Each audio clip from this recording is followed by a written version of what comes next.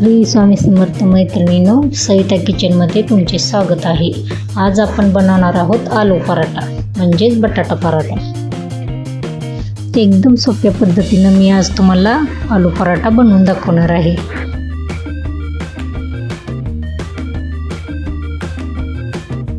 पराठा बनवण्यासाठी लागणारे साहित्य मी इथे घेतलेले आहे।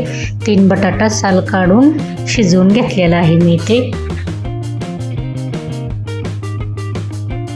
1 वाटी कांदा घ्यायचा आहे बारीक चिरलेला, बारीक चिरलेली कोथिंबीर घ्यायची आहे, ओवा 2 चमचे घ्यायचे आहे, जिरं 1 चमचा घ्यायचा आहे, चवीपुरते मीठ घ्यायचं आहे, लसूण पेस्ट घ्यायची आहे, बारीक केलेली मिरची घ्यायची आहे,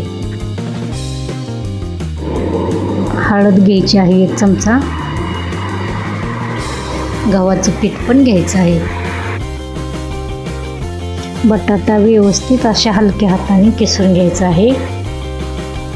बटाटा मी जास्त मऊ शिजवलेला नाही, 1-2-3 शिट्ट्या काढून घेतलेल्या आहेत कुकरमधून।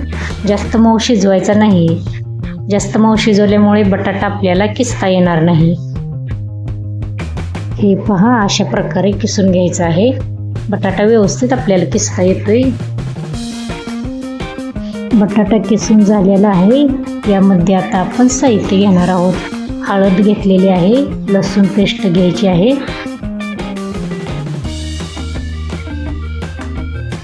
हिरवी मिरची बारीक केलेली आहे ती घेत आहे,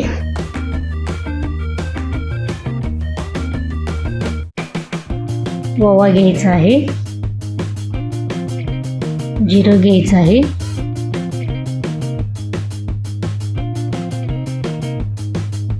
बारीक चिरलेली कोथिंबीर घ्यायची आहे,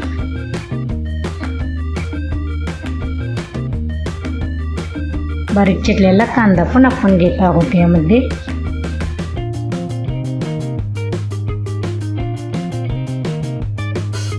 चवीपुरते मीठ घ्यायचं आहे,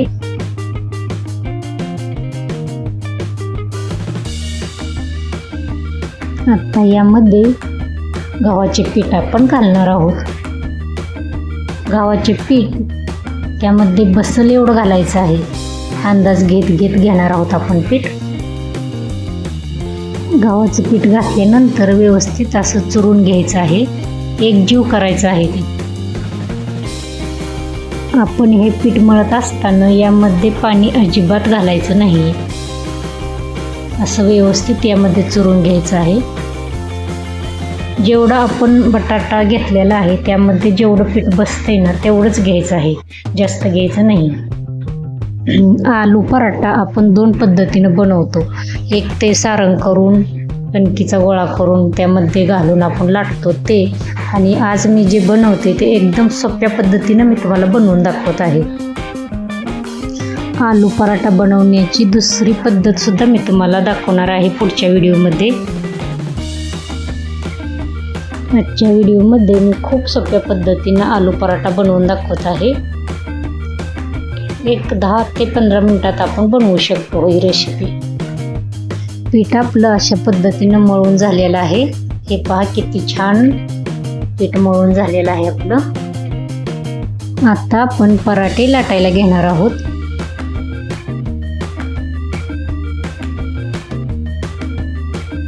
चपाती बनवायला जसा आपण हुंडा घेतो ना तसा हुंडा घ्यायचा आहे।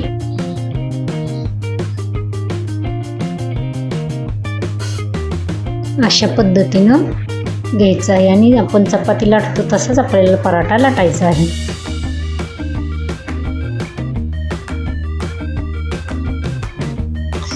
अलगद हाताने लाटायचं आहे। पराठ्याचे पीठ आपले व्यवस्थित मळून झालेलं आहे, त्यामुळं पराठा लाटायला आपल्याला अजिबात अवघड जात नाही। तुम्ही पाहू शकता किती सहजपणे आपल्याला पराठा लाटता येतोय। पराठ्याचे पीठ जर व्यवस्थित मळलं गेलं नाही तर पराठे लाटता येत नाहीत, लाटताना पराठे तुटतात। पण आपलं पीठ व्यवस्थित मळलं गेलेलं आहे, त्यामुळे तुम्ही पाहू शकता अगदी चपातीसारखं मी पराठे लाटलेले आहेत। अशा प्रकारे पराठा आपला लाटून झालेला आहे। आता आपण पराठा भाजून घेणार आहोत। त्यासाठी तव्यामध्ये तेल घालून घ्यायचं आहे आणि पराठा तव्यामध्ये टाकायचा आहे। पराठे भाजून घेताना वरून असे तेल लावून घ्यायचे. तेलाऐवजी तूप आवडत असेल तर तूप लावलं तरी चालतं. तुमच्या आवडीनुसार तेल लावा किंवा तूप लावा.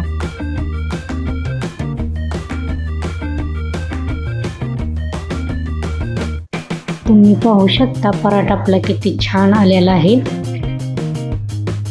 खूप सोप्या पद्धतीने पराठा मी इथे तुम्हाला करून दाखवलेला आहे.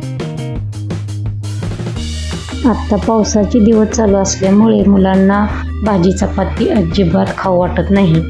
त्यावेळेला आपण असे झटपट पराठे बनवून देऊ शकतो मुलांना. पराठा मी इथं खूप सोप्या पद्धतीनं बनवून दाखवलेला आहे. अगदी 10 ते 15 मिनिटात रेसिपी बनवून होते.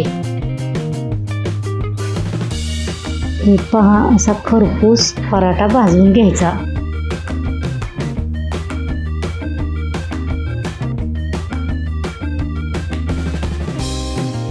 अशा पद्धतीनं आपण सर्व पराठे लाटून घेत आहोत. आता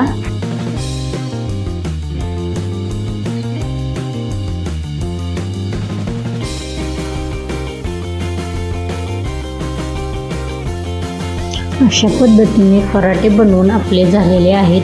हे पराठे तुम्ही दह्याबरोबर, सॉसबरोबर किंवा चटणीबरोबर सुद्धा खाऊ शकता. रेसिपी आवडल्यास लाईक आणि सबस्क्राईब करायला विसरू नका.